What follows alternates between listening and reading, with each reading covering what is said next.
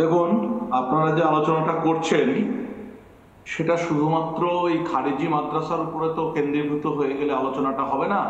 আমি কারণ ওটাতেই ভারতবর্ষে আমি ওটাতেই কেন্দ্রীভূত যত করতে চাইছি, তার কারণ ওখান থেকেই না জঙ্গিদের পাঠটা কিন্তু পড়ানো হচ্ছে। কিন্তু আমি কিন্তু সার্বিকভাবে আপনি মাদ্রাসা আপনার শিক্ষা ন্যারেটিভে ব্যবস্থার বিরুদ্ধে একটি কথাও বলতে রাজি নই, শুনতেও রাজি নই। তার কারণ সার্বিকভাবে মাদ্রাসা শিক্ষা ব্যবস্থায় অমানুষ তৈরি হয়, জঙ্গি তো ছেড়ে দিন, আমি এটাই বলতে রাজি নই। কেন বলতে যাব? এতদিন ধরে প্রচলিত একটা ব্যবস্থা, সেটা নিয়ে আমার কোনো বক্তব্য নেই, কিন্তু আমার বক্তব্য খারিজি মাদ্রাসা নেই যেখানে জঙ্গি তৈরি হয়। আপনার আলোচনা যদি হয় জঙ্গি অনুপ্রবেশ এবং ভারতবর্ষের সিকিউরিটি, তাহলে শুধুমাত্র খারিজি মাদ্রাসার উপর আলোচনাটাকে আপনি কনভার্ট আমার করছেন আলোচনা কেন? শুরুই হচ্ছে কারণ খারিজি মাদ্রাসা থেকে, শেষও হচ্ছে খারিজি মাদ্রাসা সেটা থেকে। তো 20 বছরে আপনি খারিজি যদি মাদ্রাসা বৃহত্তর খারিজ হয় না সমস্যা কেন? নিয়ে আলোচনা করেন, না, আমার শুরু ওখানে, শেষ আপনি ওখানে। বলুন। আপনি আপনি বৃহত্তর সমস্যা নিয়ে যদি আলোচনা করতে চান, তাহলে শুধুমাত্র সংকীর্ণ দৃষ্টিভঙ্গিতে আপনি আলোচনাটাকে টেনে আনছেন কেন? তাহলে আমাকে আপনার ন্যারেটিভে যেতে হবে, নাকি আমাকে কিছু কথা বলবার সুযোগ দেবেন? না না, ভারতবর্ষে যত সন্ত্রাসবাদী বা জঙ্গি কার্যকলাপ তৈরি হয়েছে সবই কি খারিজি মাদ্রাসা থেকে তৈরি হয়েছে? এটা কি হয়? এটাকে তো মুম্বাই অ্যাটাক হয়েছে, পশ্চিমবঙ্গে যা পাওয়া যায়, মাদ্রাসা থেকে তৈরি পশ্চিমবঙ্গ হয়েছে। ভারতবর্ষের কথা ঠিক, আমি একটু অস্বীকার করছি না, সবটাই কি মাদ্রাসা থেকে, খারিজি মাদ্রাসা থেকে না, কিন্তু পশ্চিমবঙ্গে যাই পাওয়া যায় তার সঙ্গে খারিজি মাদ্রাসার যোগ কেন, সেটা আমাকে বলুন। আর বিশেষ করে এই অঞ্চলটা কেন, এই বীরভূম, মুর্শিদাবাদ, মালদা, এখন নদিয়া, কেন, কি আছে এখানে? বাংলাদেশের বর্ডার। দেখুন, যেটা ক্যানিং এ যে ধরা পড়েছে তার সঙ্গে তো সে তো খারিজি মাদ্রাসায় ছিল এমন কোনো ব্যাপার নেই। তার নামে সারা ভারতবর্ষে 6টা মামলা আছে, এমনকি দিল্লিতেও সে আরডিএক্স নিয়ে ধরা পড়েছিল।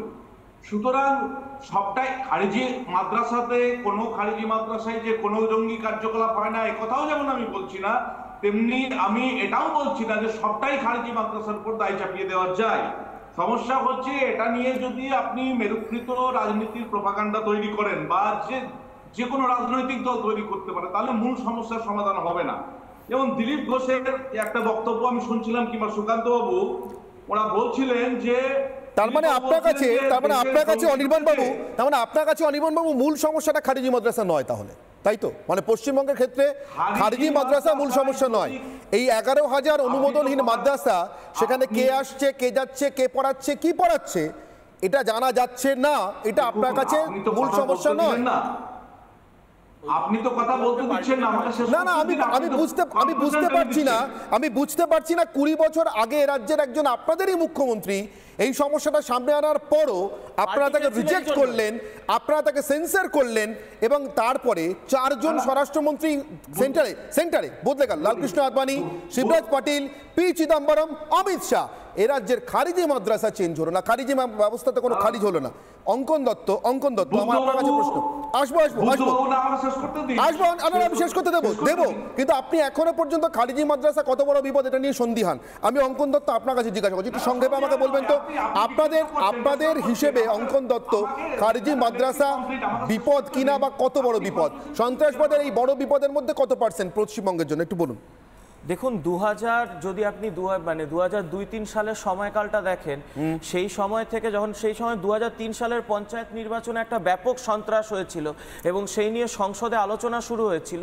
সেই সংসদের আলোচনাতেই কিন্তু তখনই উঠে এসেছিল যে ধরনের পলিটিক্যাল ভায়োলেন্সটা হচ্ছে, রাজনৈতিক সন্ত্রাস হচ্ছে, তার সাথে একটা যোগাযোগ, কারণ সব থেকে বেশি রাজনৈতিক সন্ত্রাস তখন হয়েছিল মুর্শিদাবাদে। সংসদের আলোচনায় উঠে এসেছিল তার মধ্যে একটা খারিজি মাদ্রাসার যোগাযোগ রয়েছে। তার সূত্র ধরেই পরবর্তীকালে বুদ্ধদেব ভট্টাচার্য থেকে শুরু করে বাদবাকি যারা বলতে চেয়েছিলেন, এবং এই যে অনির্বাণ বাবুদের মতো বৃহত্তর স্বার্থ, সংকীর্ণ স্বার্থ, এই কথার প্যাচে তারা আবার ঢোক গিলে নিতে বাধ্য হয়েছিলেন। এর জন্য তো আজকে, এক সেকেন্ড আপনি বলে নেবেন, আমি বলিনি, এর জন্য তো আজকে আমরা রিয়েল সমস্যাটা, আসল সমস্যাটা দেখতে পাইনি।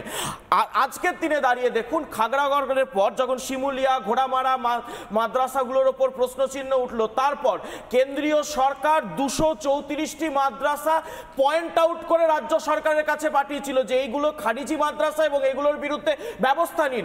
2018 সাল, 2019 সালের জুলাই মাসে কেন্দ্রীয় সরকার লোকসভায় দাঁড়িয়ে পরিষ্কার করে বলছেন ৬,০০০ এই খারিজি মাদ্রাসার মধ্যে এমন ৬,০০০ মাদ্রাসা রয়েছে যে মাদ্রাসার মধ্যে আপনারা কোনো ধরনের কিছু দেখছেন না, কোনো ধরনের রেগুলেশন নেই মাদ্রাসাগুলোর উপর, এবং সেখানে জঙ্গিদের কার্যকলাপ বাড়ছে।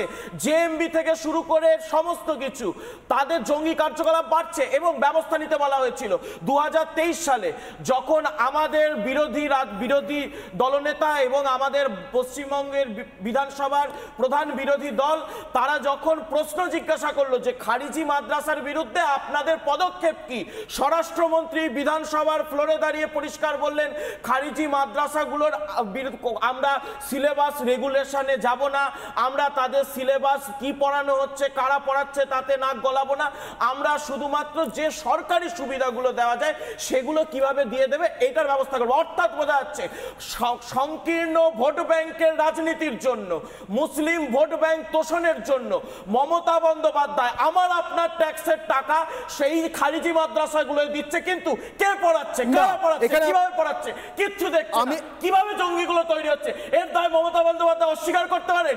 এই যে আজকে জঙ্গিদের একটা কারখানা তৈরি হচ্ছে পশ্চিমবঙ্গ, এর দায় তো মুখ্যমন্ত্রীকে নিতে হবে, মুখ্যমন্ত্রীর এই তোষণের রাজনীতিকে নিতে হবে। অঙ্কন আপনি অনির্বাণ, আমি আপনার কাছে আসবো অনির্বাণ বন্দ্যোপাধ্যায়, তার আগে আমি আপনাকে দুটো বক্তব্য শোনাই। অনির্বাণ, এই রাজ্যেরই দুজন মন্ত্রীর বক্তব্য, একজন পুরমন্ত্রী ফিরহাদ হাকিম, কলকাতার মেয়রও তিনি, এবং আরেকজন গ্রন্থাগার মন্ত্রী সিদ্দিকুল্লাহ চৌধুরী, দুজনেরই বক্তব্য আজকের দুপুরের আজ ঘন্টা 2-3 আগে নেওয়া, এই নির্দিষ্ট প্রসঙ্গে নেওয়া বক্তব্য। আমি সেটা শোনাই অনির্বাণ। অঙ্কন, আপনার এই বক্তব্য আমি নির্দিষ্টভাবে রাজনৈতিক বলে এই অংশটুকু ইগনোর করতেই পারতাম যে মুখ্যমন্ত্রী দায় আছে কিনা, কিন্তু করতে পারছি না এদের দুজনের বক্তব্য শোনার পর। ঠিক যেভাবে মমতা বন্দ্যোপাধ্যায় শুনতে পান না কবে দাওয়াতে ইসলাম দিলেন ফিরহাদ হাকিম, ঠিক যেভাবে শুনতে পান না যে সিদ্দিকুল্লাহ চৌধুরী কিভাবে হামদো হামারে 4 বলছেন সংখ্যা বাড়ানোর জন্য এবং মেজরিটি থেকে মেজরিটি হওয়ার একটা লাইন সেট করে দিচ্ছেন, এগুলো শুনতে পাচ্ছেন কিনা আমি জানি না, বা এগুলো শুনেছেন বলে জানেন বলেই ব্যবস্থা নেন না সেটাও কিনা আমি জানি না। শুনুন।